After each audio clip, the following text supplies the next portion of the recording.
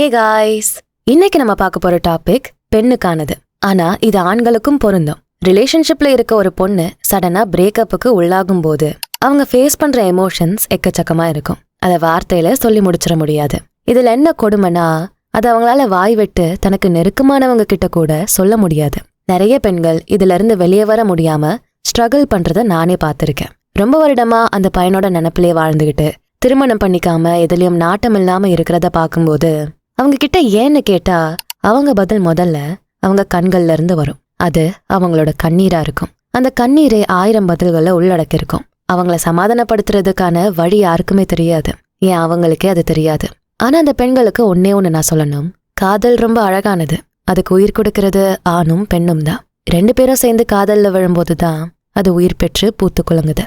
அப்படியே உயிரை கொடுத்த ஆட்கள்ல ஒருத்தங்க அதை பிடுங்கி எரிஞ்சிட்டு போறாங்கன்னா அது அவங்களோட மிஸ்டேக், உங்களோடது கிடையாது. நீங்க தான் காரணம் அப்படிங்கிற குற்ற உணர்ச்சியை வச்சுக்காதீங்க. இதுல இருந்து வெளியே வர முயற்சி பண்ணுங்க. இது மட்டுமே வாழ்க்கை கிடையாது. அதை தாண்டி கடவுள் உங்களுக்காக வச்சிருக்கிறது நிறைய. அதையும் மிஸ் பண்ண போறீங்களா? பிரேக்கப்புக்கு அப்புறமா நீங்க பெட்டரா ஃபீல் பண்றதுக்கு ஒரு சில திங்ஸை நான் இங்க மென்ஷன் பண்றேன். அதை யூஸ் பண்ணிக்கோங்க. நம்பர் 1, அந்த வலியை உள்ளேயே வச்சுக்காம அதை ஃபீல் பண்ணுங்க. ஃபார் எக்ஸாம்பிள், நீங்க உங்க நேரத்தை தனிமையில கழிக்கலாம், அழலாம், நீங்க முழுசா நம்புற ஒரு ஃப்ரெண்டு கிட்ட பேசலாம். உங்க எமோஷன்ஸை எக்ஸ்பிரஸ் பண்ற மாதிரியான ஜேர்னலிங் இல்ல எதுவும் ஆர்ட் ஒர்க் நீங்க பண்ணீங்கன்னா அதுவுமே உங்களுக்கு ஹெல்ப்ஃபுல்லா இருக்கும். பட் எதுவா இருந்தாலும் நீங்க உணர்ற அந்த பெயினை ஃபர்ஸ்ட் அக்னாலேஜ் பண்ணி அந்த எமோஷன்ஸை முழுசா எக்ஸ்பீரியன்ஸ் பண்ணுங்க. பிரேக்கப்புக்கு அப்புறம் கஷ்டமாவும் கோவமாவும் ஹர்ட் ஆகுறதும் ரொம்ப நார்மலான விஷயம்தான். அந்த ரிலேஷன்ஷிப்பை நினைச்சு வருந்துறதுக்கும் அதனால ஏற்பட்ட எமோஷன்ஸை கடந்து வர்றதுக்கும் நீங்க கண்டிப்பா கொஞ்சம் டைம் எடுத்துக்கணும். ஆனா முழு மனசோட ட்ரை பண்ணுங்க. கண்டிப்பா அதுக்கான ரிசல்ட் கிடைக்கும். அடுத்து நம்பர் 2, உங்களோட சப்போர்ட் சிஸ்டம் கிட்ட போறது. உங்களோட எமோஷனல் சப்போர்ட்டுக்காக உங்க ஃபேமிலி இல்ல ஃப்ரெண்ட்ஸை நீங்க அணுகலாம். யாரோ ஒருத்தங்க கிட்ட பேசுறது மூலமா கஷ்டமான நேரத்துல உங்களோட ஃபீலிங்ஸை நீங்க கடந்து வர்றதுக்கும் உங்களுக்கு ஒரு கம்ஃபர்ட்னஸையும் அது கொடுக்கும். உங்க ஃப்ரெண்ட்ஸ் கூட சேர்ந்து நீங்க எதுவும் ஆக்டிவிட்டீஸ் பண்ணலாம். ஏதாவது மூவிக்கு போகலாம், டின்னருக்கு போகலாம், இல்ல தீம் பார்க், இந்த மாதிரி எதுவும் ட்ரை பண்ணலாம். மேலும் உங்களுக்கு க்ளோஸா ஏதாவது ஃபேமிலி மெம்பர் இருக்காங்கன்னா அவங்களுக்கு கால் பண்ணி டெக்ஸ்ட் பண்ணி நீங்க எப்படி ஃபீல் பண்றீங்கன்னு அவங்க கிட்ட பேசலாம், டிஸ்கஸ் பண்ணலாம். அடுத்து நம்பர் 3, உங்களை பராமரிக்கிறதுல கவனம் செலுத்துறது. பிரேக்கப் ஆயிடுச்சுன்னா உடனே உலகமே நின்னுருச்சுன்னு அர்த்தம் கிடையாது. அந்தந்த வேலையை நம்ம செஞ்சுக்கிட்டே இருக்கணும். சில பேர் காலையில முழிச்சிருந்தாலும் பெட்டை விட்டு எழுந்திருக்காம அழுதுகிட்டே இருப்பாங்க. சோகமா எந்த வேலையிலயும் கவனத்தை செலுத்தாம உட்காந்துட்டு இருப்பாங்க. சரியா சாப்பிட மாட்டாங்க, உடம்ப கெடுத்துப்பாங்க. ஸோ பிரேக்கப் அப்போ உங்களை நீங்களே பார்த்துக்கிறது ரொம்ப முக்கியமானது.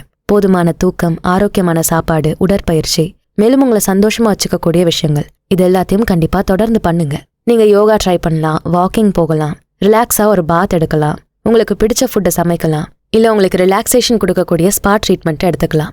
இதுல ஏதாவது உங்களுக்கு பிடிச்ச மாதிரி கம்ஃபர்டபுளா இருக்க மாதிரி உள்ளதை நீங்க சூஸ் பண்ணிக்கலாம். அடுத்து நம்பர் 4, ஏதாவது ஒரு பொழுதுபோக்குல உங்களை ஈடுபடுத்திக்கிறது. பொழுதுபோக்கு உங்களை பிரேக்கப்ல இருந்து திசை திருப்பி ஒரு நல்ல பாசிட்டிவான விஷயத்தை நோக்கி கவனம் செலுத்த வைக்கும். ஏதாவது நியூ ஹாபி எடுத்துக்கோங்க. அப்படி இல்லைனா ரிலேஷன்ஷிப் முன்னாடி எதுவும் பண்ணிட்டு இருந்தீங்கன்னா அதை திரும்ப கண்டினியூ பண்ணுங்க. நீங்க ஏதாவது டான்ஸ் கிளாஸ் போகலாம், புது லாங்குவேஜ் கத்துக்கலாம், இல்ல பெயிண்டிங் பண்ண ஸ்டார்ட் பண்ணலாம். அது மட்டும் இல்லாம ஏதாவது புக் கிளப், ஸ்போர்ட்ஸ் டீம் இல்ல வாலண்டியர் குரூப்ல உங்களை இணைச்சுக்கலாம். இதுவும் ஒரு நல்ல பாசிட்டிவ் இம்பாக்டை உங்களுக்கு தரும். அடுத்து நம்பர் 5, ஜேர்னல் எழுதுறது. இதை பத்தி மேலேயே சொல்லியிருந்தேன். நீங்க எப்படி ஃபீல் பண்றீங்க, என்ன நினைக்கிறீங்கன்னு ஒரு ஜேர்னல்ல எழுதுனீங்கன்னா அது உங்க எமோஷன்ஸை கடந்து வர்றதுக்கு ஹெல்ப் பண்ணும் அண்ட் ஒரு நல்ல தெளிவை கொடுக்கும். மேலும் நீங்க எந்த அளவுக்கு சேஞ்ச் ஆயிருக்கீங்க, ஃபர்ஸ்ட் எப்படி இருந்தீங்க, இப்ப எப்படி இருக்கீங்கன்னு உங்களோட ஸ்டெப் பை ஸ்டெப் இம்ப்ரூவ்மெண்ட்டை நீங்க ரெஃபர் பண்ணிக்க முடியும். அந்த ஜேர்னல்ல என்ன மாதிரி எழுதலாம்னா, உங்க ஃபீலிங்ஸை பத்தி எழுதலாம், உங்க ரிலேஷன்ஷிப் பத்தின மெமரிஸை எழுதலாம், அப்படி இல்லைன்னா உங்க ஃபியூச்சர் பிளான்ஸ் பத்தி எழுதலாம். உங்களுக்கான லைஃப் கோல்ஸை செட் பண்ணிக்க ஜேர்னலை யூஸ் பண்ணிக்கலாம். அப்படி இல்லைன்னா உங்க லைஃப்க்கு தேவைப்படுற நியூ ஐடியாஸை கொண்டு வர்றதுக்கான வழியா அதை யூஸ் பண்ணிக்கலாம். அடுத்து நம்பர் 6, மெடிடேஷன். இருக்கிறதுலேயே ரொம்ப பவர்ஃபுல் மெத்தட்னா இந்த மெடிடேஷன் தான். உங்க மைண்டை காம் பண்றதுலயும் சரி, உங்க ஸ்ட்ரெஸ்ஸை குறைக்கிறதுலயும் சரி, இது ரொம்பவே எஃபெக்டிவா செயல்படும். மெடிடேஷன் உங்க மனசுக்குள்ள உள்ளதை பார்க்க வச்சு இன்னர் பீஸை கொடுக்கும். நார்மலா பண்ண முடியலன்னா மெடிடேஷன் ஆப் ஏதாவது யூஸ் பண்ணி நீங்க ட்ரை பண்ணுங்க. இல்ல வீட்டு பக்கத்திலேயே ஏதாவது இதுக்குன்னு ஒரு குரூப் இருந்தா அதுல ஜாயின் பண்ணுங்க. பட் எதுவா இருந்தாலும் ஒவ்வொரு நாளும் ஃபியூ மினிட்ஸ் மெடிடேட் பண்ண ஸ்டார்ட் பண்ணுங்க. கண்டிப்பா இது உங்க பிரேக்கப்ல இருந்து உங்களை ஹீல் பண்ணும். அடுத்து நம்பர் 7, சோஷியல் மீடியால இருந்து பிரேக் எடுத்துக்கிறது.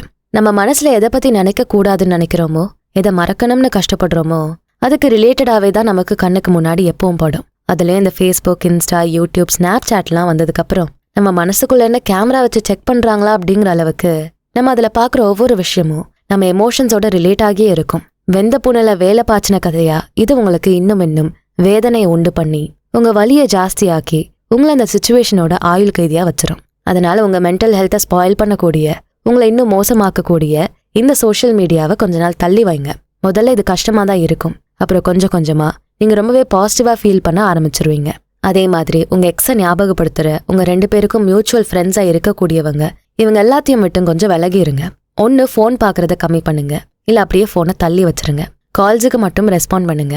அதர் தென் தட் உங்க பிசிக்கல் அண்ட் மென்டல் ஹெல்த்தை ஹீல் பண்றதுல கவனத்தை செலுத்துங்க. அடுத்து நம்பர் 8, டிராவல் பண்ணுங்க. ஒரு புது சிட்டிக்கோ இல்ல கண்ட்ரிக்கோ சோலோ ட்ரிப் போங்க. அப்படி இல்லைன்னா உங்க ஃப்ரெண்ட்ஸ் அண்ட் ஃபேமிலி கூட ட்ரிப் போகலாம். இல்ல ஒரு குரூப் டூர் கூட நீங்க ஜாயின் பண்ணிக்கலாம்.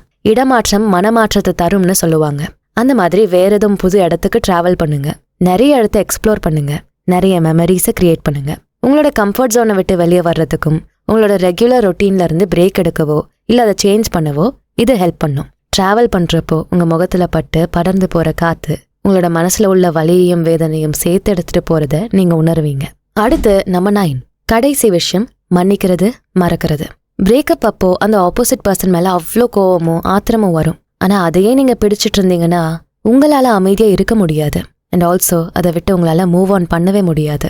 ஸோ உங்க ஃபீலிங்ஸ் எல்லாம் உங்க எக்ஸுக்கு எழுதுற மாதிரி ஒரு லெட்டர்ல எழுதி அதை கிழிச்சு போட்டுருங்க, இல்ல எரிச்சிருங்க. இது உங்களோட மனசை காம் பண்ணும், ஒரு பீஸை கொடுக்கும். நான் மேல சொன்ன எல்லாமே உங்களுக்கு ஹெல்ப்ஃபுல்லாகவும் யூஸ்ஃபுல்லாகவும் இருக்கும். பட் இது வேலை செய்யணும்னா அதுக்கு நீங்க உங்களோட முழு மனசோட ஒத்துழைப்பு கொடுத்தா மட்டும்தான் வேலை செய்யும். எதுவா இருந்தாலும் நீங்க தனியா இல்லைன்னு நினைங்க. உங்களுக்கு உதவி பண்ண உங்களை சுத்தி எவ்வளவோ பேர் இருக்கதான் செய்யறாங்க. நீங்க வாயை திறந்து ஹெல்ப் கேட்டா மட்டும் போதும். அட்வைஸ் பண்றது ஈஸி தான், ஆனா அதை காதல கேட்டு ஃபாலோ பண்றது கஷ்டம். ரிலேஷன்ஷிப்ல சொன்ன வார்த்தையை காப்பாத்தி லாஸ்ட் வர போறவங்க வெறும் ஒரு சில பேர் தான் இருக்காங்க. உங்களுக்கு அந்த மாதிரி நடக்கலன்னா அது ஏதோ உங்க நல்லதுக்காகன்னு நினைச்சுக்கோங்க. இந்த எண்ணத்தை மனசுல கொண்டு வந்தா அமைதி தானா வரும். கோவம் வேண்டாம், எல்லார் மேலேயும் அன்பு மட்டும் போதும். கோவம் மத்தவங்களுக்கு ஆபத்து இல்ல, உங்களுக்குள்ள இருக்க மன நிம்மதியையும் சந்தோஷத்தையும் வேரோடு அதை அழிச்சிரும். அது உங்களுக்கு தான் பேராபத்து. எப்பவுமே உங்க பிசிக்கல் ஹெல்த்தும் மென்டல் ஹெல்த்தும் ஃபர்ஸ்ட். நீங்க தான் முதல்ல உங்களுக்கு இம்பார்ட்டன்ட். அதை மறக்காதீங்கன்னு சொல்லி நான் இந்த பதிவை இதோட நிறைவு பண்றேன். இந்த கான்டென்ட் உங்களுக்கு ஹெல்ப்ஃபுல்லா இருந்தா லைக் பண்ணுங்க, உங்க ஃப்ரெண்ட்ஸ் அண்ட் ஃபேமிலி கூட ஷேர் பண்ணுங்க. இந்த வீடியோவை பத்தின உங்களோட கருத்துக்களை கமெண்ட் செக்ஷன்ல சொல்லுங்க. நம்ம சேனல்ஸ் பியாண்ட் ஆர்டினரி அப்புறம் பாடி அண்ட் சோல் தமிழ் 2த்துக்கும் சப்ஸ்கிரைப் பண்ணிட்டு பெல் ஐக்கானை அழுத்திருங்க. நான் உங்களை அடுத்த வீடியோல பாக்குறேன்.